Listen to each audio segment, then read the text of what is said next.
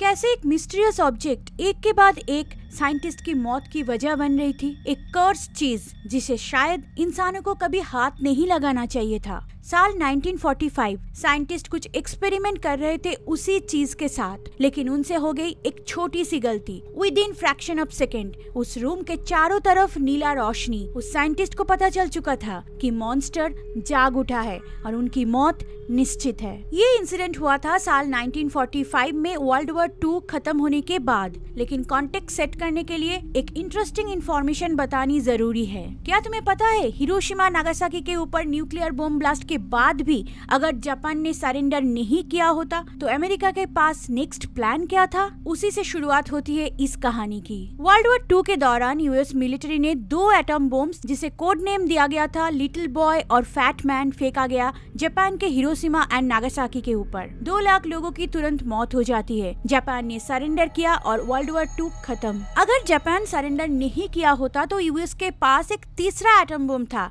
जिसकी कहानी बहुत कम लोग जानते हैं। वर्ल्ड वॉर 2 खत्म होने के बाद उस तीसरे बम की प्लूटोनियम कोर को लॉस अलामोस रिसर्च सेंटर में ले जाया गया और उसी के बाद शुरू हुआ एक के बाद एक हादसा। उस कोर को नाम दिया गया द डेमन कोर। कोर को ऐसे डिजाइन किया गया था ताकि उसे एक एटॉम बम के अंदर प्लेस किया जा सके। ये जो फोटो आप देख रहे हो ये उसी तीसरे बम की रेडियो एक्टिव हार्ट है, एक प्लूटोनियम कोर जिसका वेट 6.2 kg और डायमीटर 3.5 इंच। साल 1945 कुछ ही साल पहले न्यूक्लियर वेपन को डिस्कवर किया गया था। न्यूक्लियर रिएक्शन के बारे में साइंटिस्ट को ज्यादा पता नहीं था, तो यूएस ने डिसाइड किया कि क्यों ना उस प्लूटोनियम कोर के साथ टेस्टिंग और रिसर्च किया जाए। न्यूक्लियर फिशन की बेटर अंडरस्टैंडिंग हो तो फ्यूचर में और भी डेडली न्यूक्लियर वेपन बनाने में मदद मिलेगी। सिंपल भाषा में समझे तो न्यूक्लियर फिशन एक ऐसा रिएक्शन है जिसमें एटम 2 या ज्यादा हिस्सों में स्प्लिट हो जाते हैं। इस प्रोसेस के दौरान न्यूट्रॉन्स और एनर्जी रिलीज होती है। वो न्यूट्रॉन्स फिर से एटम को हिट करती है, फिर एटम स्प्लिट होते हैं और फिर न्यूट्रॉन्स एंड ह्यूज अमाउंट के एनर्जी रिलीज होती है। बेसिकली ये एक चेन में चलते रहते हैं और इसीलिए इसे चेन रिएक्शन कहा जाता है। तुम सोच रहे हो ह्यूज एनर्जी का डेफिनेशन क्या है, कितना ज्यादा एनर्जी? इसे ऐसे समझते हैं कि 1 kg यूरेनियम लगभग इतना एनर्जी प्रोड्यूस कर सकता है जो 4 बिलियन kg कोल को जलाने से प्रोड्यूस होती है। डेमन कोर साइंटिस्ट की एक स्टडी सब्जेक्ट बन चुका था। रिसर्च की एक वाइटल पार्ट था क्रिटिकलिटी एक्सपेरिमेंट, जिसे ये पता चले कि किस कंडीशन में न्यूक्लियर चेन रिएक्शन स्टार्ट होती है। क्रिटिकलिटी एक्सपेरिमेंट एक डेंजरस प्रोसीड्यूर है। बेसिकली ये पता करना था कि कौन सी कंडीशन में उस डेमन कोर के अंदर चेन रिएक्शन स्टार्ट होगी। एक छोटी सी गलती और उस डेमन कोर में अगर चेन रिएक्शन स्टार्ट हो जाती है तब कोई एक्सप्लोशन नहीं लेकिन मैसिव अमाउंट में रेडिएशन निकलेगी जो किसी भी इंसान को तुरंत मौत के घाट उतर सकती है। लेजेंडरी फिजिसिस्ट रिचर्ड फेमन ने कहा था कि ये एक्सपेरिमेंट इतना रिस्की है कि it's like tickling a dragon's tail. एक छोटी सी गलती का अंजाम मौत। जो साइंटिस्ट उस कोर को लेकर रिसर्च कर रहे थे उन्हें ये बात अच्छे से पता थी।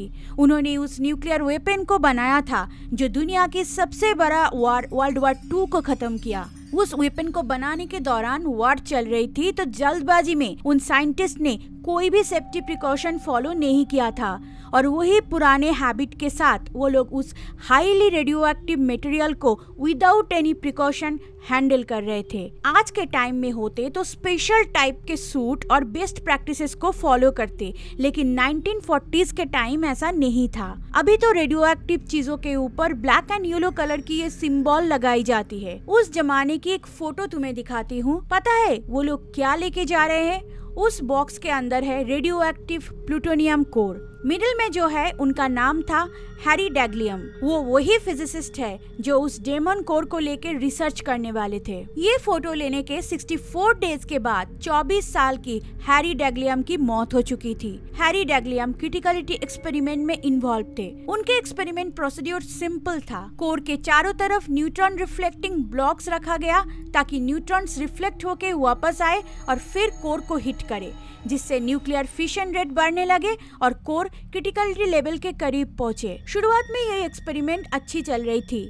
एक के बाद एक ब्लॉक ऐड किया जा रहा था और कोर की फिशन लेवल बढ़ रही थी। कोर क्रिटिकलिटी लेवल रीच करने ही वाली थी, तभी हैरी ने एक गलती कर दी, उस डेमन कोर को जगा दिया। सेफ लिमिट के अंदर उनका एक्सपेरिमेंट खत्म करने के बाद हैरी ने एक के बाद एक ब्लॉक को हटाना शुरू किया और गलती से एक ब्लॉक उस कोर के ऊपर जा गिरा और कोर सुपर क्रिटिकल लेवल पे पहुंच गया।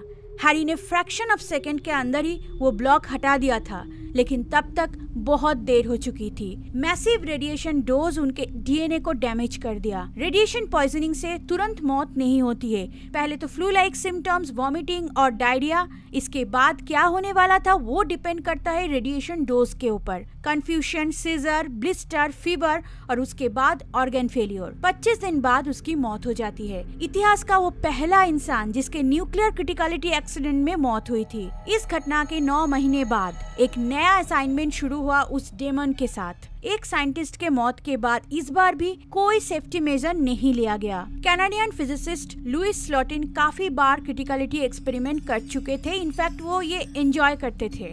एक आखिरी बार वो एक्सपेरिमेंट करने वाले थे। लुइस के साथ 7 और साइंटिस्ट उस दिन उस रूम में मौजूद थे।